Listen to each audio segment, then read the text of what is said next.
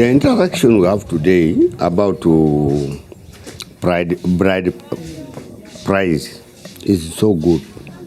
Why is it so good? It now relieves women.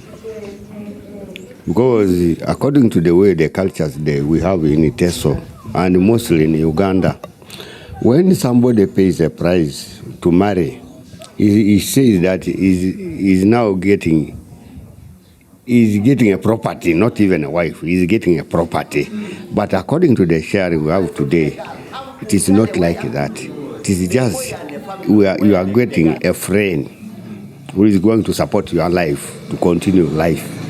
That is what I was saying, according to the sharing we have today. Our future children will live a very good life, which will show that when you want to have a marriage also again is a prize. It is a gift. So both the girl and the boy will share. When they come together, they can also share themselves that what can we give our parents? Because they will have both two parents. The side of the boy, those are their parents. Even the other side, those are their what? Their parents. So they will be the ones to suggest what to give the other parents. I'm now going to educate my community, even my clan, to see to it that we are not making a price to the in-laws which are coming to take our girls. So I'm going to educate them that let us be given the gifts for our children, not selling off. Because when you are making a price, it means that you are selling off something. So that's what I'm going to give. And that message, good enough, we are preparing for the marriage. There is a boy who is going to marry. So that is what I'm going to tell the in-laws, which are coming from Kapelebio. So I know those people don't have this message. I will give them this message. Bride price has turned to become a torturing point to women and girls. When a woman is married and paid bride price, is termed as property to a man. She is nevertheless allowed to mention anything. If she does a mistake, she's battered, while a man saying that I'm not beating a human being, but I'm beating my property. That is what I got. And we have got very many challenges on it. It has brought death. Some women have committed suicide due to bride price. The laws should be enforced and followed in a very critical way. We should not just say that they have ruled, we have put them, then we just leave them there hanging. Because some laws we have in Uganda, they are there, but they are not supported. We need the support of those laws. Most of the households have violence and the women are suffering. So the government should see how to help women. Like Mufumi helped behind. After taking your daughter, they get children.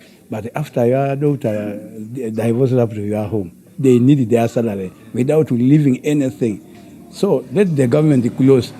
If the daughter has children there, let's also stay with the children, and I also stay with the man without any disturbance again. I picked from our discussion that we have already laws in place, but what I have discussed and discovered in our discussion that there is a need to implement the laws that are already existing, and especially this one of bride price and ending child marriage and other laws that is in this country. We've learned today that we need to encourage all the stakeholders to work together as a team to make sure laws are implemented, and then we end violence against children and against women and against the life of the people, so that there is peace and harmony.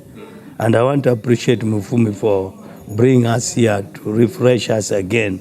The gifts will be good, just as it is in the Bible. When Isaac identified Rebecca, what did he to do? What to do? What? To give the gifts willingly. Was not told you give this. Out of his love and excitement, he was able to appreciate. And this is what we want to encourage.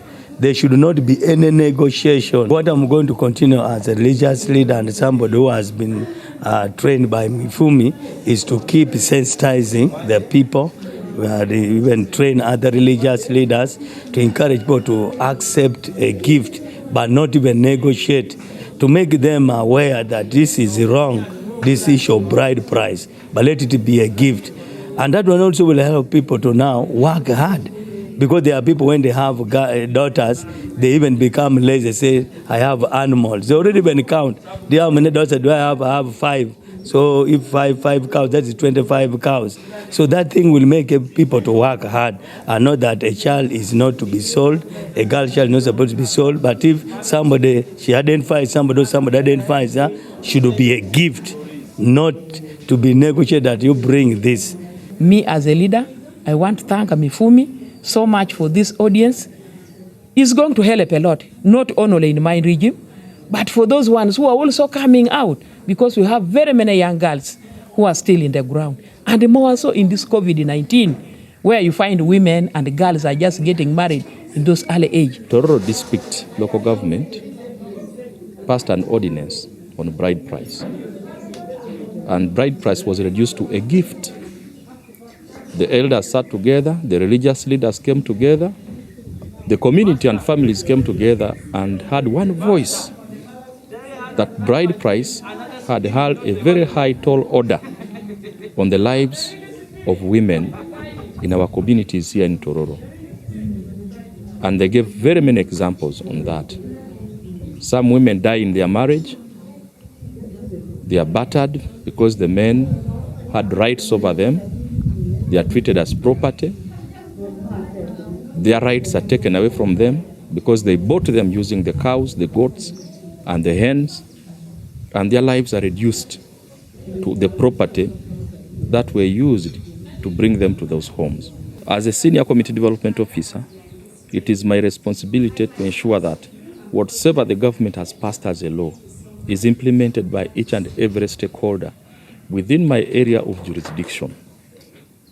The first thing I'm going to do is to have a meeting with all the community activists, the village health teams, and all the other government stakeholders, the police, the prisons, the judiciary, as well as the local leaders.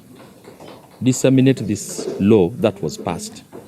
Disseminate the district ordinances on bride price so that they too can be aware of the government's intention to provide liberty for the women and the girls in this country. With the 3 instruments, the penal code, the ordinance and the penal code, the stakeholders can now implement the regulations without fear or favor, because it is already a law, and you know laws are rigged. You cannot compromise the laws.